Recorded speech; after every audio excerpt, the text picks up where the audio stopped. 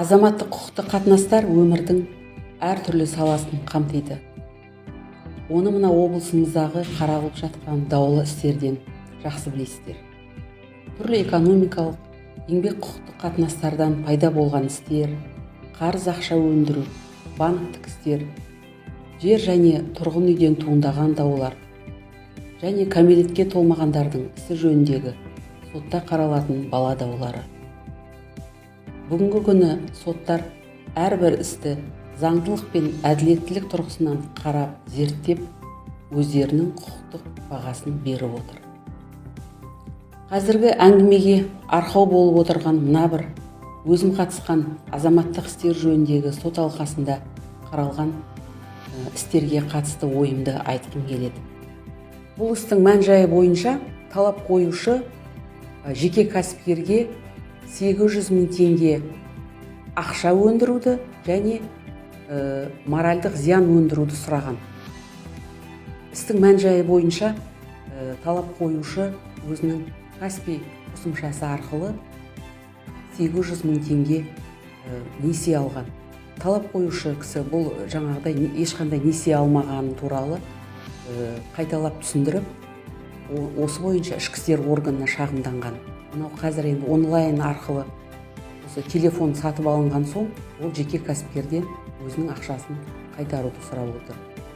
Жеке кәсіпкердің бұл жерде қандай да бір теріс әрекет дәлелденбеген, өйткені ол өзіне қатысты мына алынған тауарды сатқан кезде осы бойынша ол Каспий кезет арқылы логинін, оның пин-кодын нақты үшінші тұлғаларға мәлім еткен.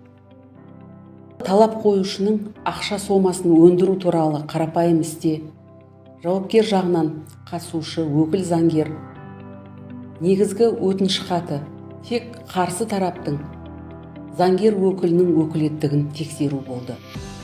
Өзінің топшылаған болжамын қайталап айтып, қарсы тараптың заңгерінің қатысуына үзілді-кесілді қарсы болды.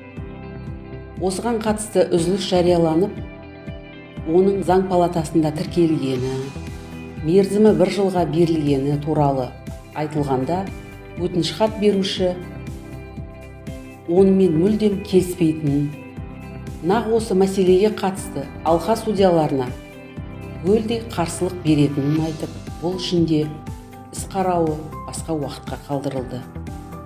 Қарсы тараптың да заңмен бекітілген процестік құқықтары бар. Электронды іс болған соң, сот кабинетінде реестр үзіндісі алдын ала салынып қойылған. Сондықтан сот процестеріне онлайн болсын, офлайн болсын, бірдей әдептілік, ұстамдылық, мәдениеттілік, басқа тараптың құқықтарына сыйластықпен қарау, бұл осы заңгерлердің этика кодексінің 28-31 тармақтарында нақты қарастырылғанын айта кетуіміз қажет. Жеке кәсіпкердің тарапынан қандай да бір теріс әрекет орын алмаған соң, талап қоюшының талабы қанағаттандырусыз қалдырылды. Әркімнің өз шындығы бар, бірақ ақиқат жалғыз. Ақиқат жолында өзіңіздің құқығыңызды қорғаңыз. Кесімін сот айтады.